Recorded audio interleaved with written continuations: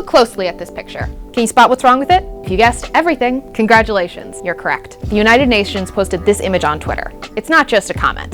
Hashtag no to hate. But comments are just comments. And hate speech is a notoriously poorly defined category, easily abused by those in power. Eleanor Roosevelt recognized this more than 70 years ago when she advocated against hate speech restrictions in front of the United Nations. It was the late 1940s, the wake of World War II. Former First Lady Eleanor Roosevelt was then serving as the US delegate to the UN and is the first chair of the Commission of Human Rights. At the time, the newly formed United Nations was working to establish the landmark Universal Declaration of Human Rights, which later informed what's known today as the International Covenant on Civil and Political Rights. Under this Universal Declaration, nations would pledge to respect a common set of human rights. Among the rights up for debate was freedom of expression. The Soviet bloc didn't take kindly to the idea of letting citizens express themselves without state supervision. Stalin's diplomats wanted not only to allow, but also to oblige nations to ban hate speech. But throughout years of negotiations, Roosevelt adamantly voiced her opposition. She emphasized how subjective the concept of hate speech is, saying,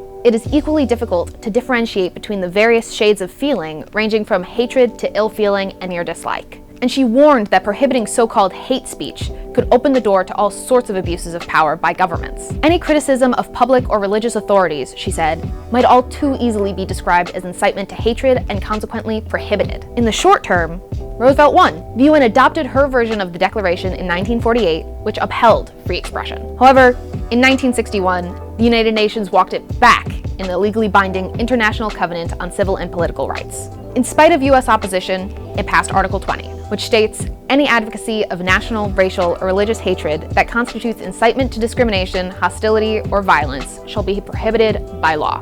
But what constitutes national, racial, or religious hatred, or incitement to hostility? According to some nations' governments, many instances of speech that would be clearly protected by the US Constitution. In the US, we're lucky enough to have a constitution that protects all speech, with very few clearly defined exceptions. Those who say hate speech isn't free speech should consider the disturbing history of putting that subjective idea into practice. In particular, they should keep in mind that hate speech restrictions often backfire on the most marginalized groups. Instead of clumsily equating speech and violence, today's UN should listen again to the wisdom of Eleanor Roosevelt. She pinpointed decades ago what all serious free speech advocates understand today. Words are tools, not weapons.